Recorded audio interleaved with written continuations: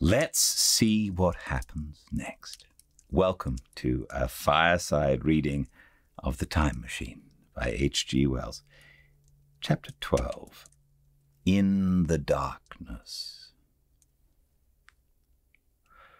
We emerged from the palace while the sun was still, in part, above the horizon. I was determined to reach the White Sphinx early the next morning, and ere the dusk I purposed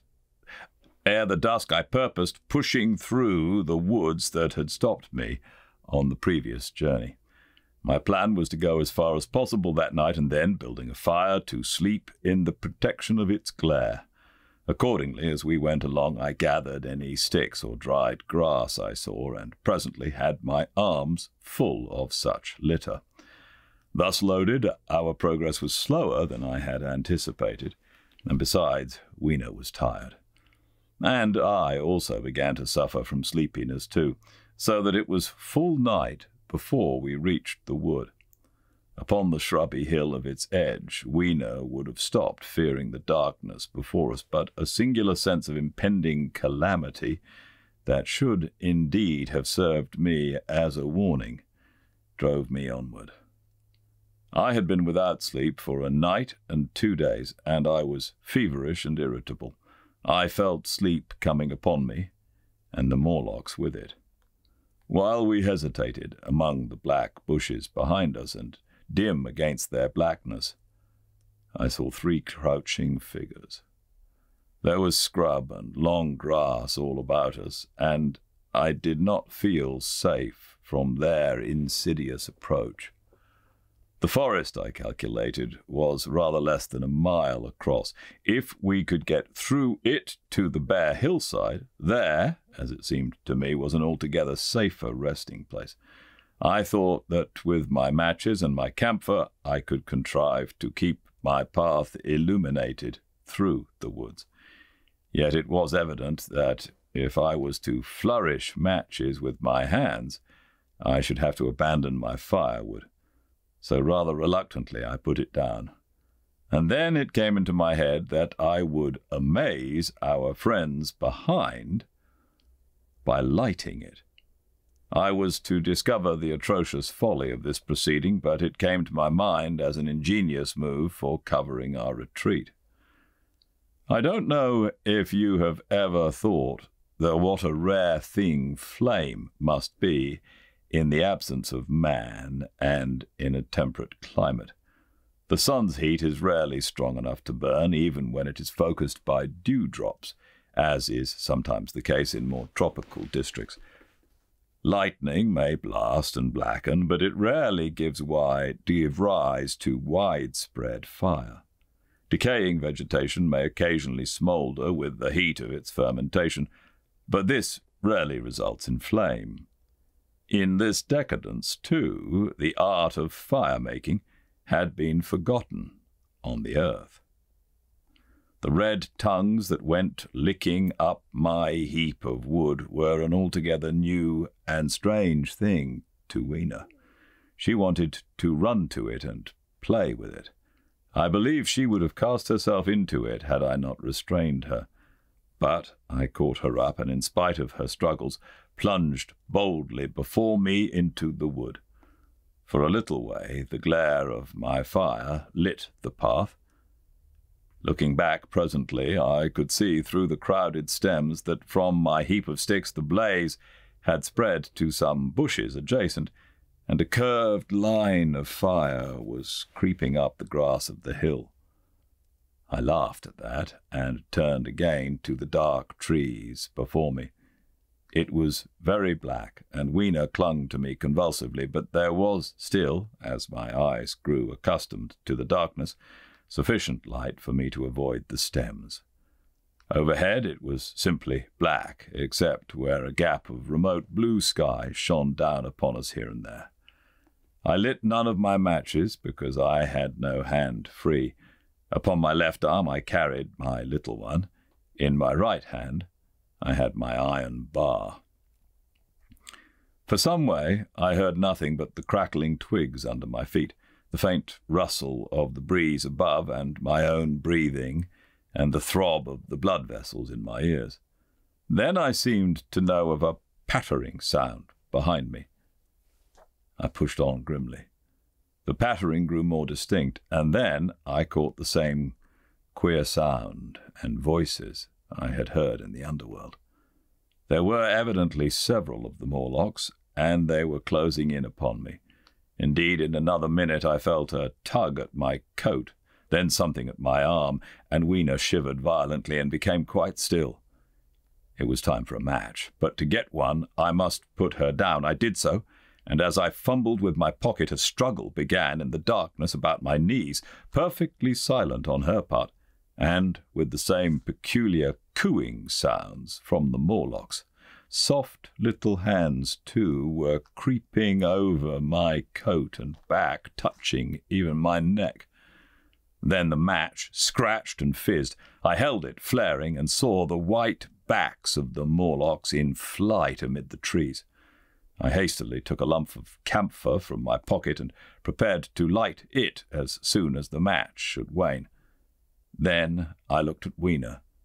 She was lying, clutching my feet, and quite motionless, with her face to the ground.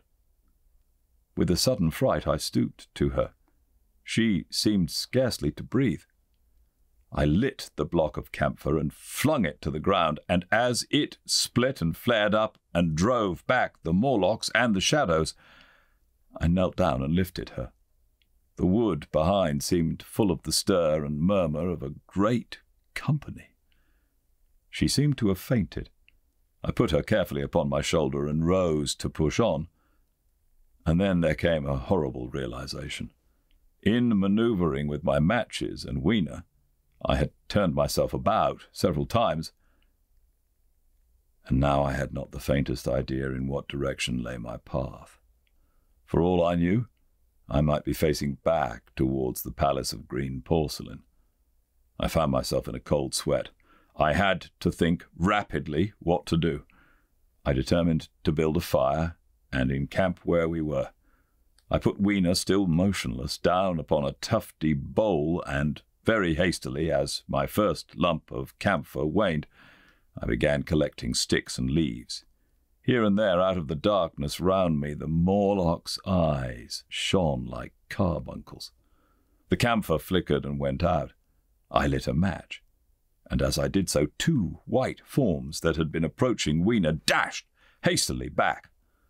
One was so blinded by the light that he came straight for me, and I felt his bones grind under the blow of my fist. He gave a whoop of dismay, staggered a little way, and fell down. I lit another piece of camphor and went on gathering my bonfire. Presently I noticed how dry was some of the foliage above me, for since my arrival on the time machine, a matter of a week, no rain had fallen. So instead of casting about among the trees for fallen twigs, I began leaping up and dragging down branches. Very soon I had a choking, smoky fire of green wood and dry sticks, and could economize my camphor. Then I turned to where Weena lay beside my iron mace. I tried what I could to revive her, but she lay like one dead. I could not even satisfy myself whether or not she breathed.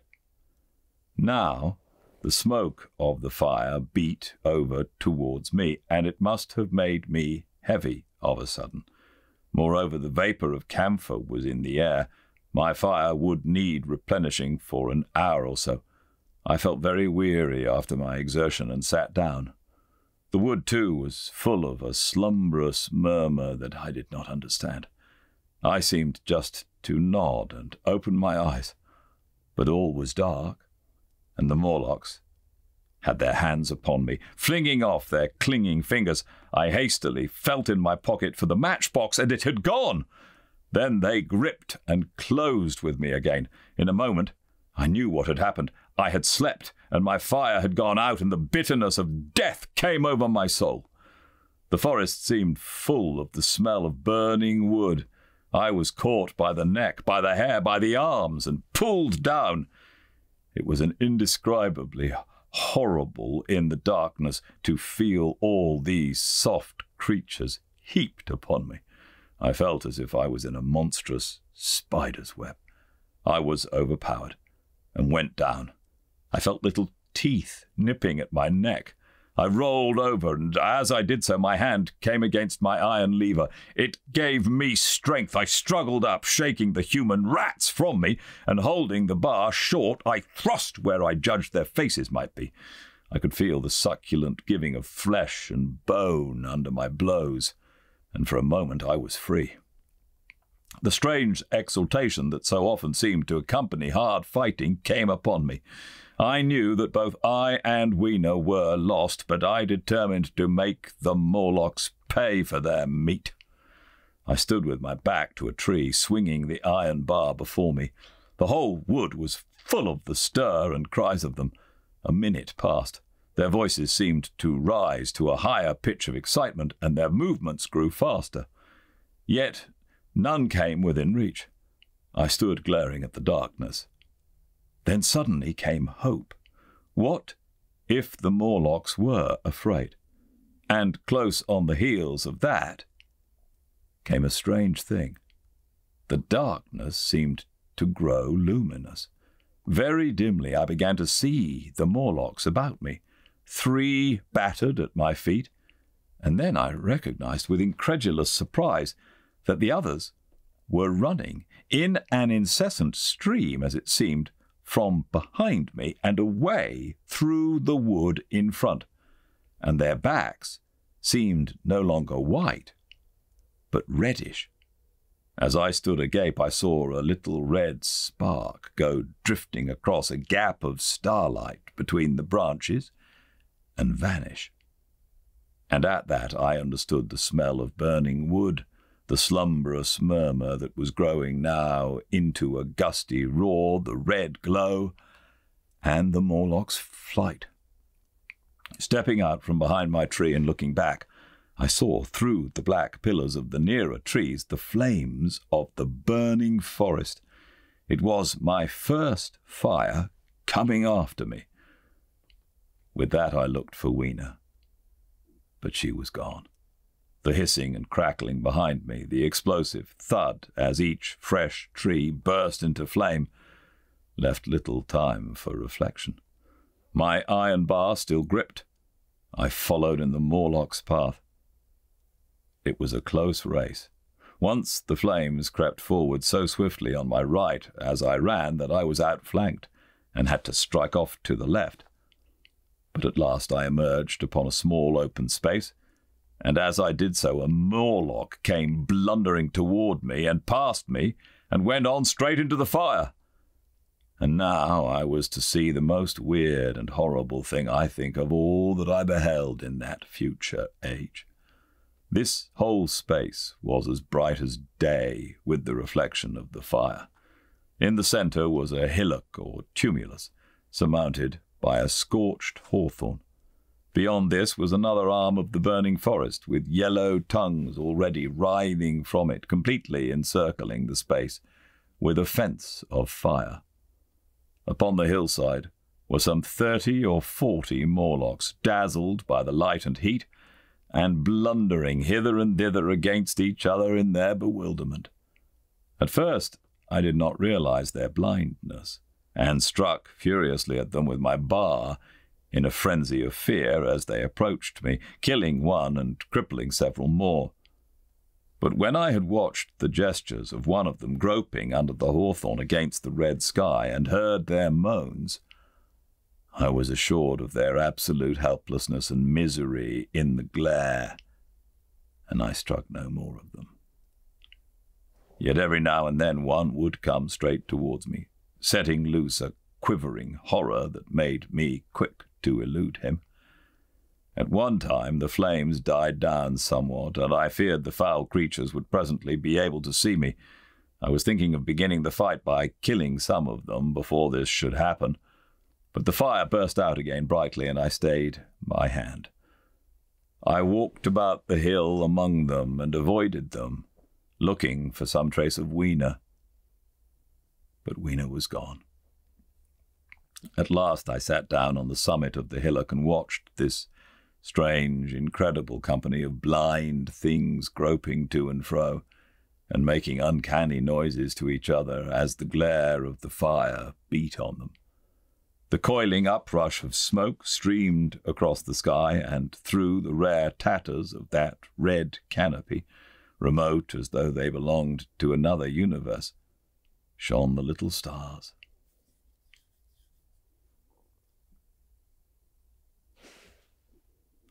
Two or three Morlocks came blundering into me, and I drove them off with blows of my fists, trembling as I did so. For the most part of that night I was persuaded it was a nightmare. I bit myself and screamed in a passionate desire to awake. I beat the ground with my hands and got up and sat down again and wandered here and there and again sat down. Then I would fall to rubbing my eyes and calling upon God to let me awake. Thrice I saw Morlocks put their heads down in a kind of agony and rush into the flames. But at last, above the subsiding red of the fire, above the streaming masses of black smoke and the whitening and blackening tree stumps and the diminishing numbers of these dim creatures, came the white light of the day. I searched again for traces of Weena, but there were none. It was plain that they had left her poor little body in the forest. I cannot describe how it relieved me to think that it had escaped the awful fate to which it seemed destined. As I thought of that, I was almost moved to begin a massacre of the helpless abominations about me. But I contained myself. The hillock, as I have said, was a kind of island in the forest. From its summit I could make out, through a haze of smoke, the palace of green porcelain, and from that I could get my bearings for the white Sphinx. And so, leaving the remnant of these damned souls still going hither and thither and moaning as the day grew clearer, I tied some grass about my feet and limped on across smoking ashes and among black stems that still pulsated internally with fire towards the hiding place of the time machine.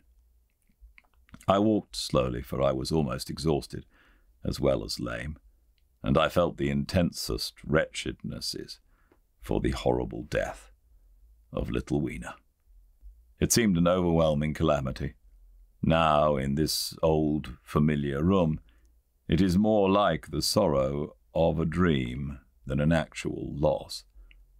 But that morning it left me absolutely lonely again, terribly alone. I began to think of this house of mine, of this fireside, of some of you, and with such thoughts came a longing that was pain. But as I walked over the smoking ashes, under the bright morning sky, I made a discovery. In my trouser pocket were still some loose matches. The box must have leaked before it was lost.